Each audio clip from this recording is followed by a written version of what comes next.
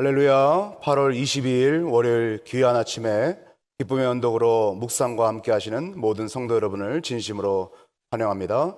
우리 다 같이 기도하시고 함께 말씀 보도록 하죠.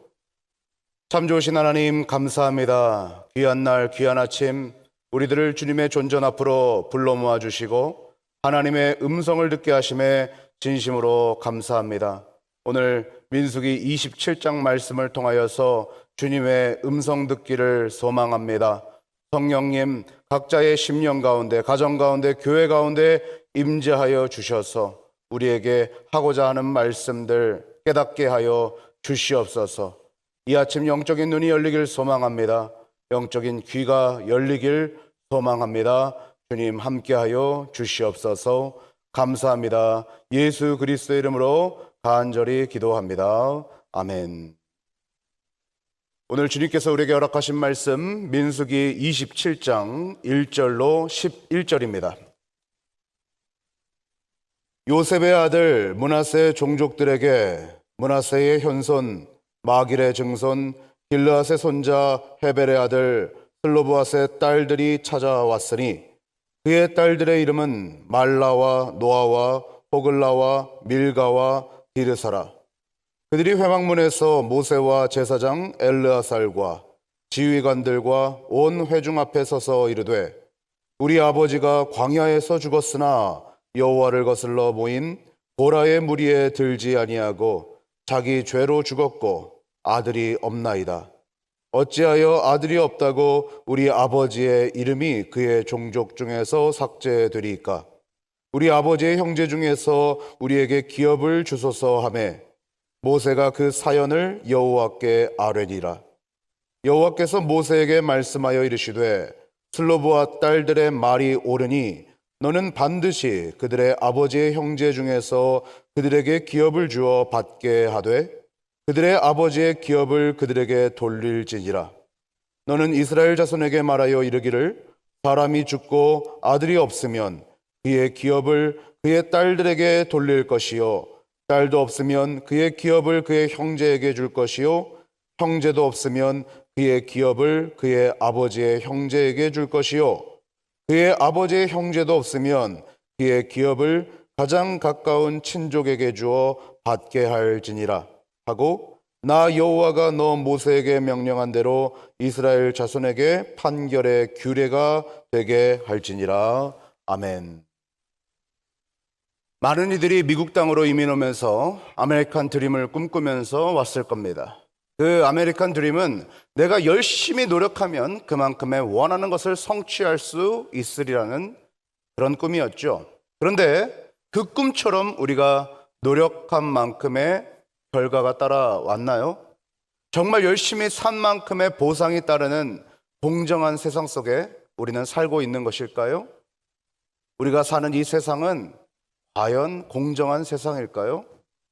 Justice, 정의란 무엇인가란 베스트 저서를 낸 마이클 샌델 교수는 팬데믹이 심하던 2020년 하반기에 The Tyranny of Merit, 한국어 책으로 번역된 제목으로는 공정하다는 착각이라는 책을 또 한 번 내서 베스트셀러에 올립니다. 그는 그의 책 공정하다는 착각을 통해 공정과 능력주의의 허점을 이야기하고 있습니다. 그의 책에서 이야기하는 능력주의란 뭘까요? 능력주의는 개인의 능력에 따라 사회적 지위나 권력이 주어지는 사회를 추구하는 정치 철학을 이야기합니다. 그러나 능력주의가 이야기하는 대로 우리가 사는 세상은 공정하게 흘러가는 것일까? 2020년 한국일보 기사에서는 이 미국과 한국의 능력주의 폐해에 대해서 예시를 들면서 이런 기사를 냈습니다. 제가 한번 읽어보죠. 미국에선 뇌물과 답안지 조작을 통한 부유층의 입시 부정이 드러났고 국내에선 부모 찬스로 명문대에 진학하는 사회 지배층의 사례들이 속속 알려지면서 공분을 사고 있다. 능력주의가 불평등을 심화시킨다는 사실은 올해 서울대, 고려대, 연세대 전체 신입생 중 55.1%, 의대 신입생 74.1%가 월소득 상위 20%인 949만 원 이상의 부유층 출신이라는 최근 통계만 봐도 쉽게 알 수 있다. 미국으로 예를 들자면 이 SAT에서 학생의 고득점 역량은 가족의 경제력과 밀접한 관계가 있다는 것을 우리는 압니다. 시험과 내신 준비를 위해서 튜터를 시켜줄 수 있으니까 말이죠. 미국의 경우 통계적으로 가구 소득 수준이 높을수록 SAT에서 고득점할 가능성이 큰 것으로 나타났습니다. 시험이란 사실 동등한 기회를 보장하기 위해 시작됐지만 현실에서는 불평등한 사회의 기득권을 대물림하고 있는 것이죠. 이러한 능력주의 가치관은 승자에게는 내가 잘했으니 이렇게 된 거야 라는 자만을 주게 되고, 패자에게는 나는 노력하지 않고 재능이 없어 완전히 실패했어 라는 좌절을 주게 된다는 것이 마이클 샌델 교수의 주장입니다. 그래서 그는 이러한 대안을 내놓습니다. 예를 들어서 하버드 대학에 들어갈 수 있는 어느 정도의 자격 요건이 된 4만 명의 지원자들 중에서 학교를 다니기 어려워하는 일부와 동료 학생들과 잘 해나갈 수 없을 것만 같은 일부만 솎아내고요. 그러면 아마 3만 명 또는 2만 5천 명이나 2만 명의 지원자가 남겠죠. 그래서 이들은 누가 합격하더라도 충분히 잘 해나갈 수 있다고 검증이 된 겁니다. 그러면 그들을 두고 극도로 어렵고 불확실한 선별 작업을 하는 게 아니라 그냥 제비 뽑기 하자는 겁니다. 달리 말해서 그들의 지원 서류를 다 버리고 한 2,000명을 제비 뽑기로 뽑자라고 이야기하고 있는 겁니다. 어때요? 여러분들 마음에 드세요? 이를 통해서 마이클 샌델 교수는 모든 것이 자신의 노력과 재능으로 성공했다는 능력주의의 자만에 빠지지 않게 될 수 있다고 이야기하는 거예요. 또한 반대로 실패했다는 좌절에 빠지지 않을 수 있다고 이야기하는 것이기도 합니다. 이 책이 많은 사람들에게 선풍적인 인기를 끌 수 있었던 이유는 아마도 우리가 사는 이 세상, 즉 능력주의로 만연한 이 세상이 그리 공정하지 못하다는 생각을 다수의 사람들이 하고 있기 때문이 아닐까 생각해 봅니다. 또한 이 책에 동의를 하든 하지 않든 우리는 이러한 세상 속에 내가 속한 교회는 과연 공정한가, 하나님의 나라를 이루고 있는가 생각해 볼 수 있다는 것이겠죠.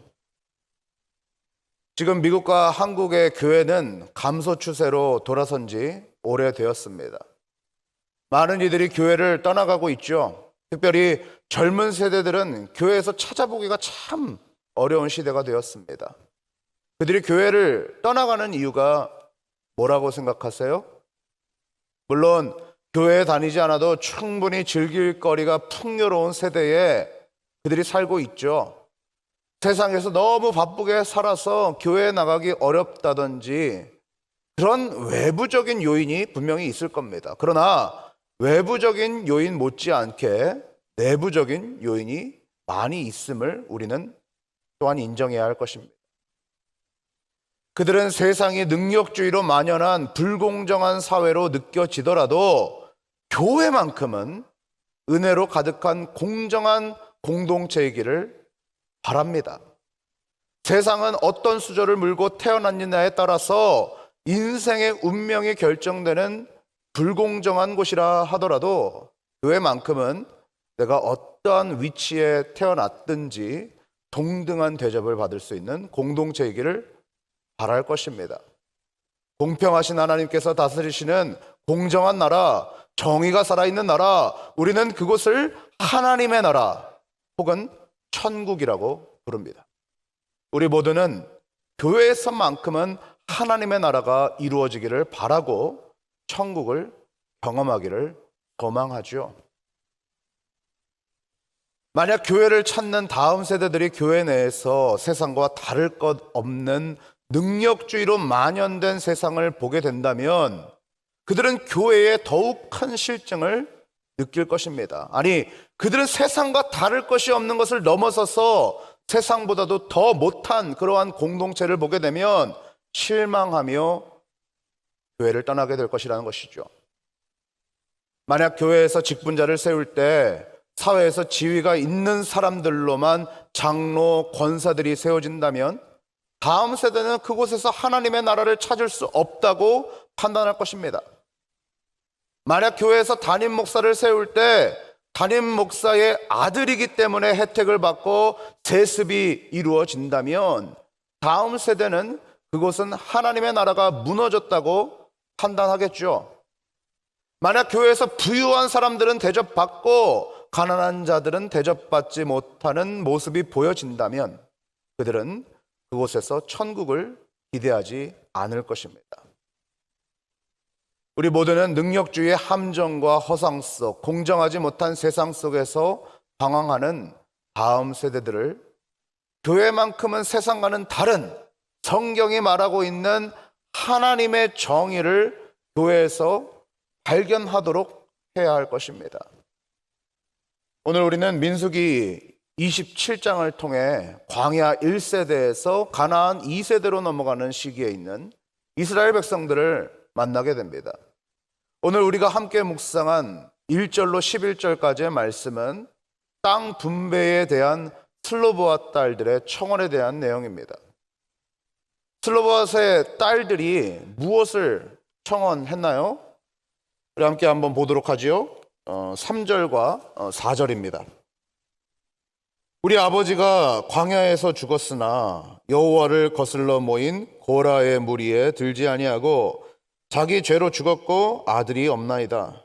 어찌하여 아들이 없다고 우리 아버지의 이름이 그의 종족 중에서 삭제되리이까?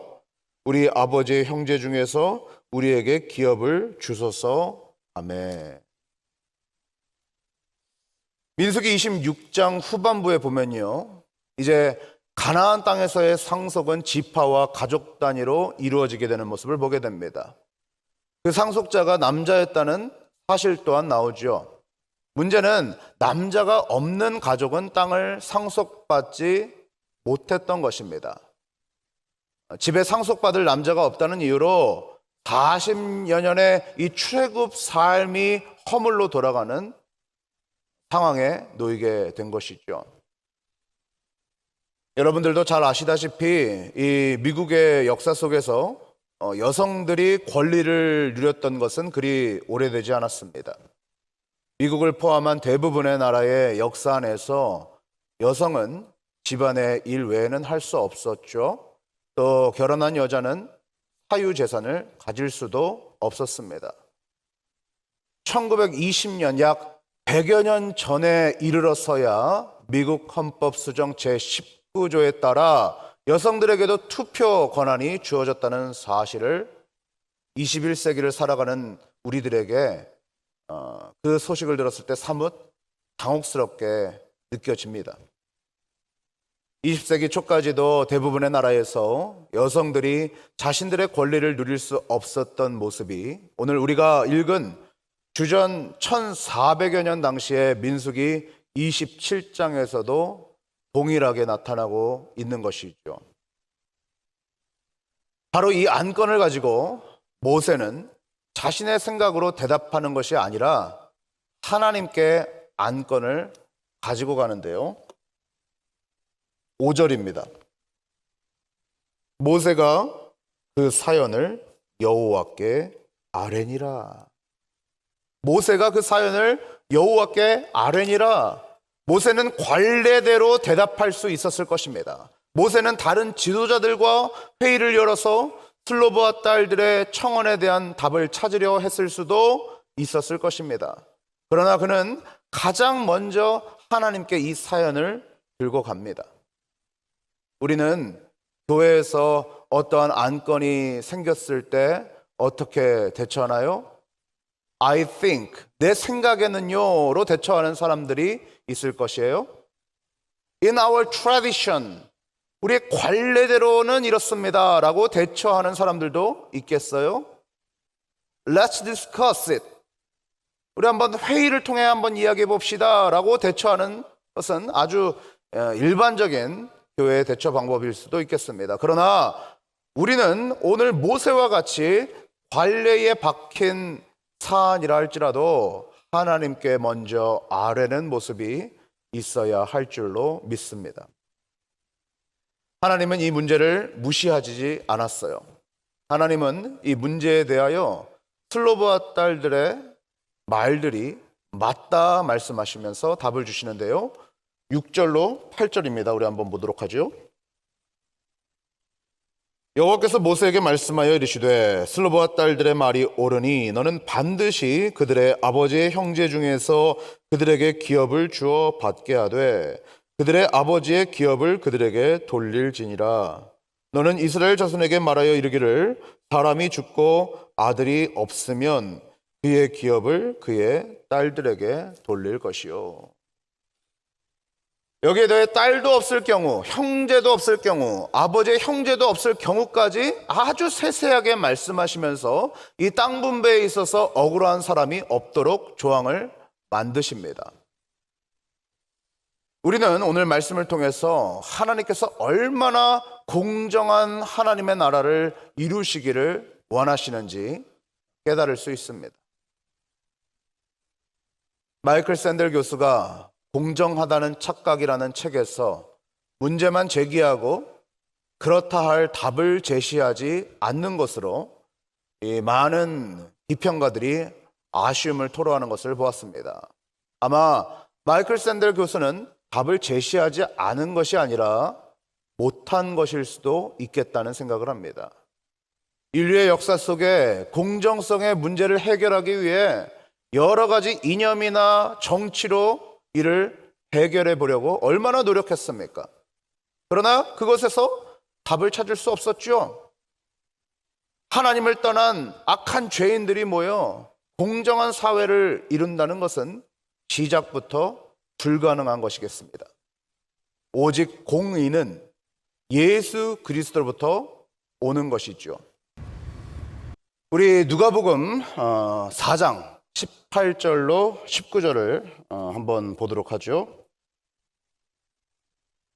주의 성령이 내게 임하셨으니 이는 가난한 자에게 복음을 전하게 하시려고 내게 기름을 부으시고 나를 보내사 포로된 자에게 자유를, 눈먼 자에게 다시 보게 함을 전파하며 눌린 자를 자유롭게 하고 주의 은혜의 해를 전파하게 하려 하심이라 하였더라.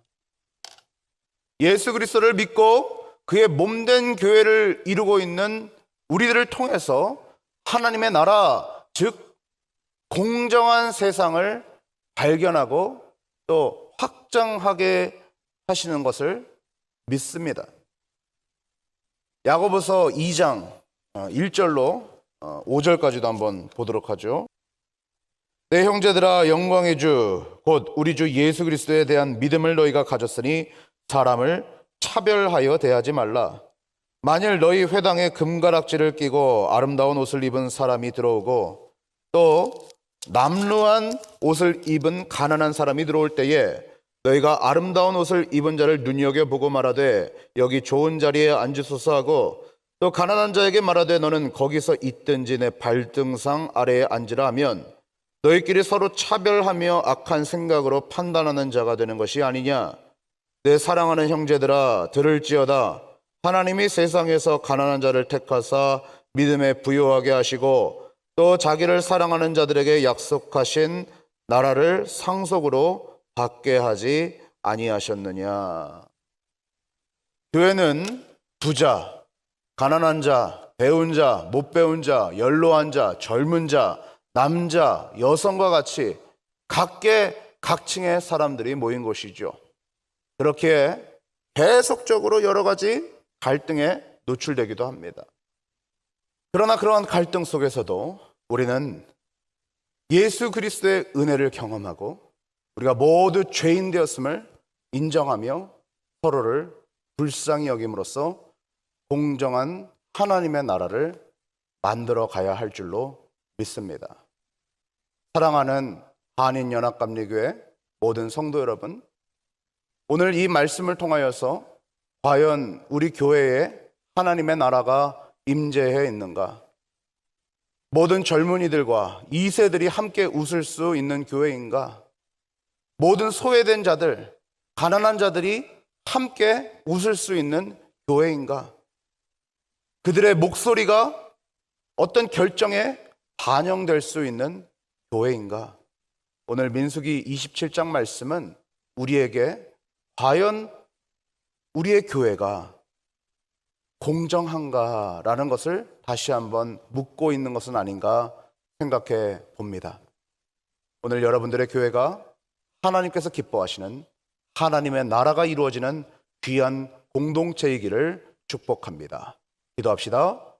좋으신 하나님 감사합니다. 귀한 날 귀한 아침 민수기 27장 말씀을 통하여서 하나님의 말씀을 묵상하게 하심에 진심으로 감사합니다. 하나님께서 슬로보와 딸들이 자신의 땅들을 요구했을 때에 하나님께서는 공정한 방법으로 소외된 자들이 없도록 하셨습니다. 사랑해 주님, 공의로우신 하나님, 하나님께서 통치하시는 이 나라, 내가 속한 이 공동체가 정의로운 공동체, 공정한 공동체이기를 소망합니다. 젊은 자나 연로한 자나 약한 자나 강한 자나 가난한 자나 부한 자나 누구나 함께 웃을 수 있고 누구나 함께 이야기를 열어갈 수 있는 그러한 공동체가 우리 공동체 되게 하옵소서. 감사합니다. 예수 그리스도의 이름으로 기도합니다. 아멘.